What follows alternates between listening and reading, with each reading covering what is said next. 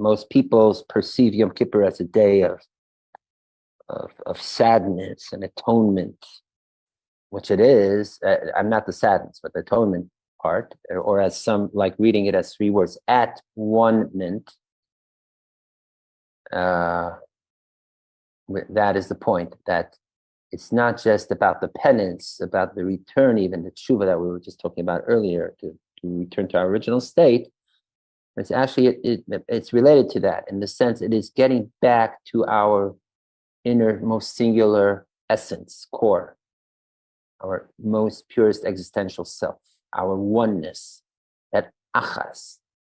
That's why there are things related to Yom Kippur. Yom Kippur is known as achas b'shana, the one of the year. Meaning, in a sense, you could say it means,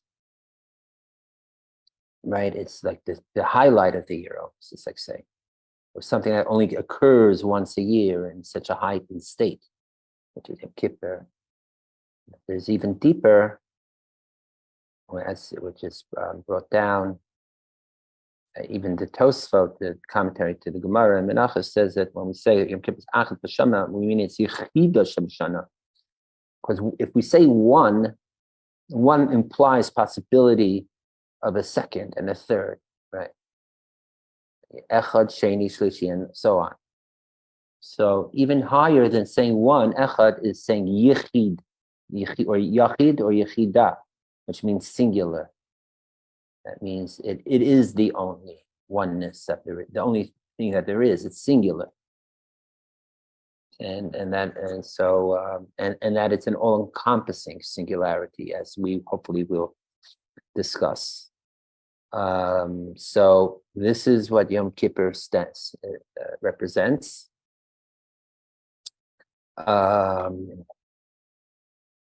That it is to reveal that singularity principle. So in physics, there's the idea of singularity principle. But we have in our tradition, on a soul level, that there's a singularity level of the soul, right? Let's just delve straight into the depths of the meanings, kabbalistically, chassidically, right to the core, to the singular principle that we're talking about. Okay, so here it goes. We have a soul, right? It's only one soul, 100%. We all have one soul. Although if you look at Tanya, he talks about that especially Jews have 2 souls, the animal soul and a divine soul. But even the divine soul itself, and what I'm going to mention is already found in earlier Kabbalah, in the Zohar and other sources. And it's even based on a midrash that says that there are 5 names to the soul. Chamisha Shemet Nikolai, and being that having different names for one thing is not just because you want to give it more names, but because each name represents a different facet of the thing.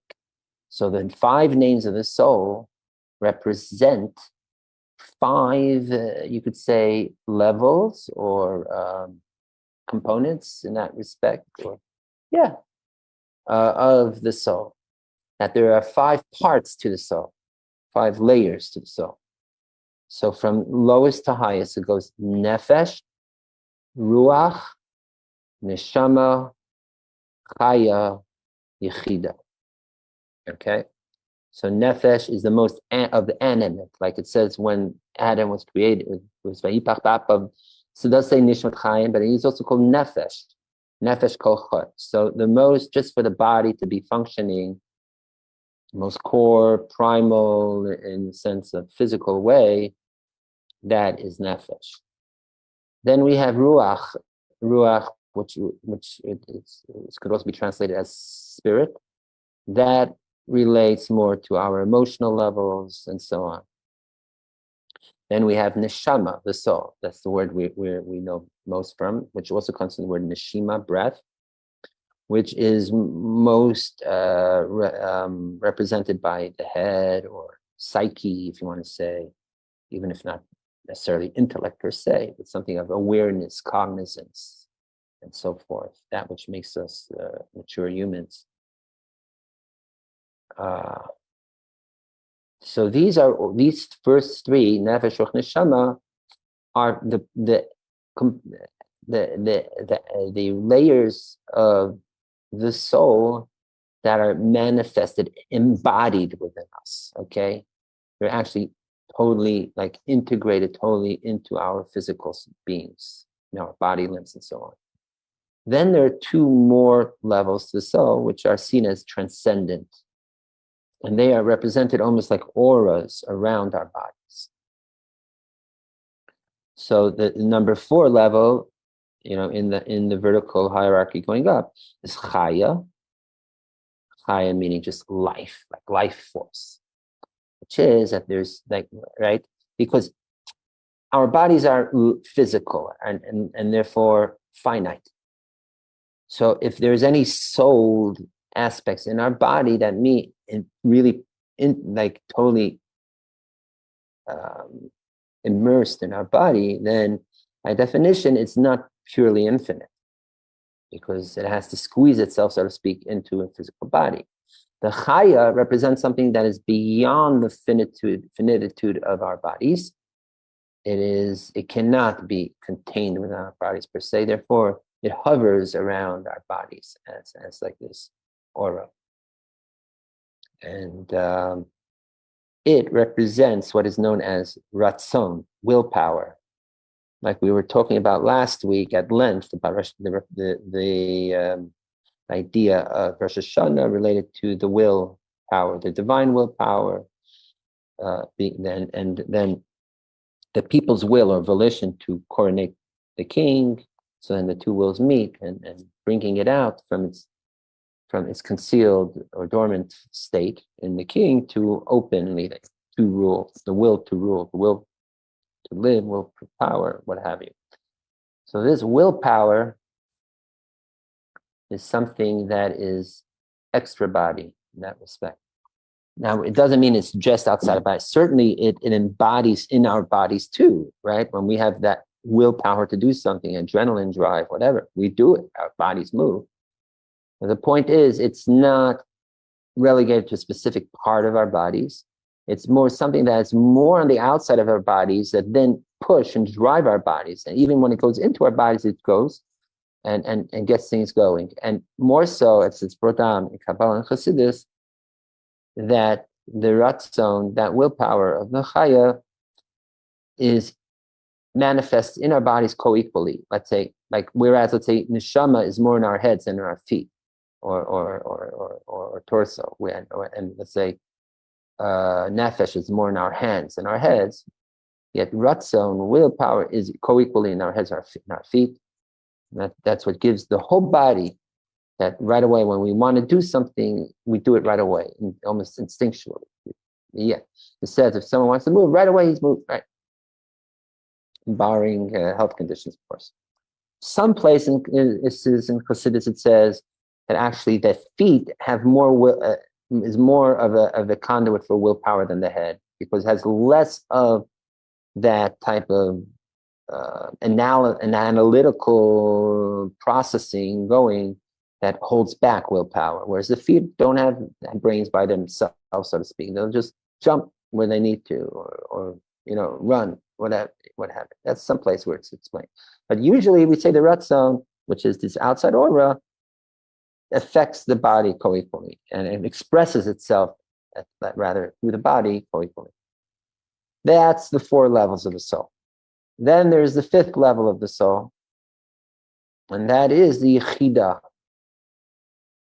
So yechida, again, it doesn't just mean oneness. It means yechida means something singular, something that is not it is all that there is in its uniqueness, in its in its distinctive existential quality. The yechida is represented as an aura to the aura, as a wider aura, even wider than yechida. Yet the yechida is something that is even in a way, in other words, it even transcends transcendence, let's say, because The yechida is both beyond and within everything at once. Yechida is like almost saying the essence of life. Yechida is almost, what could you say? Is maybe almost like it is what makes the double helix tick almost. That's in every cell of our 10 trillion cells. So that's the point, that it's not that there's one locus for yechida, but everything, every part of us is a both fractal and a representation of yechida. There's two ways to look at it. So it is brought down in the holy books that there's yechida pratit, there's particular yechida, in each individual has their yechida, and there's yechida klalit, a collective or general yechida, okay, which is, you could say, the life force of all of existence. When we tap into our yechida, certainly bring it in a revealed form, then that does tap in with the yechidas all over, and other people or beings, or all living or just existent phenomena of the world of yechida. Why? Because this is all ultimately, we are all byproducts or end products or creations of who? God, who is known as Yicheda Shalayla, the singularity one of the whole world. That's the way God is referred to in many places. Yicheda Shalayla. So our Yicheda soul, so Yicheda is feminine because the soul is feminine, is right, like neshama is feminine and so on. So that's yechida. And then God in the masculine term is the yachid. It says yachid ba'olamai, right? If you say in Yigdal Elokim Chai, you say in the beginning, the ein yachid ki yichudo. There is no one as singular as his singularity. Remember also the word yachid is also related to the word yachad, which means being together. So there is that it's not paradox. There is that polar meanings which are conflated into one, meaning singular we usually think is something just unique and separate of everything else. Togetherness we think is one is one and bring together. That is the point. The yechida is fully expressed through the yachad, through the togetherness, by bringing together and bringing of unity of all various components, particularities, that brings the yachid out. The yechida out in its fullest. Now it's taught the yechida is never affected by anything, by any, let's say, relating to what Yom Kippur and tonight's theme also being about tshuva, that any quote unquote sin or mishap, whatever we do, that would affect any of the other layers of the soul, nefesh or ruach, neshama, certainly, even at times the chaya. But yechida is something that is impossible for it to get blemished and dirty, defected. It remains pure of the pure. That even someone does the most terrible things, that yechida is there. This is what they like saying in Yiddish, the pintele is that point, that dot. It's not just a dot, but it's a dot that contains everything. That components everything. So yechida, this yechida, that is what Yom Kippur represents. Meaning, of course, we have the yechida within us the whole year round. That's why it says, Afal pisha chata Yisrael, who even if someone sins, he's still considered Israelite, Jewish people. Even the worst, they cannot un-Jew a person as terrible as That it's not just like Judaism. It's not just a religion you adopt in addition to one's essence, existential self, but it is part and parcel of our existential selves. So and that's represented in the name Yisrael too, which is the most elevated name of the Jewish people. It says Li Rosh, that the top, the head. Also Sar, Keli, the minister, the representation of the divine, the essence of the divine. When they talk about that the soul is it says in places that souls are like we're chiseled off the heavenly throne and given to us. And whatever. Or like it says in Tanya, it's part of divinity literally. That is the yechida. Yechida is the soul spark in each of us, basically. Okay? The Nitzotzot, the divine spark in all of us, that is God within us. Okay? And just like God is cannot be imperfect and cannot be blemished, so to speak. So too, that essence spark within us, that's the yechida. And that is with us all year round. It's not like something that we especially acquire Yom Kippur. The chiddush, the novelty, the specialness of Yom Kippur is twofold. One is that the yechida itself is more in a state of revelation on Yom Kippur. Meaning the whole year round, to tap into your yechida, it's not so easy. I mean, it's being expressed because ultimately everything we do, even if we're doing things unconsciously, especially positive things, even without full awareness and revelatory way, it's still an expression of the yechida, right? The Holy of Holies on Yom Kippur, the Holy of Holies being in the deepest realms of our sanctum sanctorum of our hearts, and really work it through, like the work of the high priest. This reminds me of that poem by the 14th, I think, century poet Rabbi Eliyahu Askari, who I think wrote Yedid Nefesh, and there's a song to it, Bilvavi Mishkan Evne. One gives charity. One goes to one helps someone. One prays. One whatever it may be. That is yechida in action.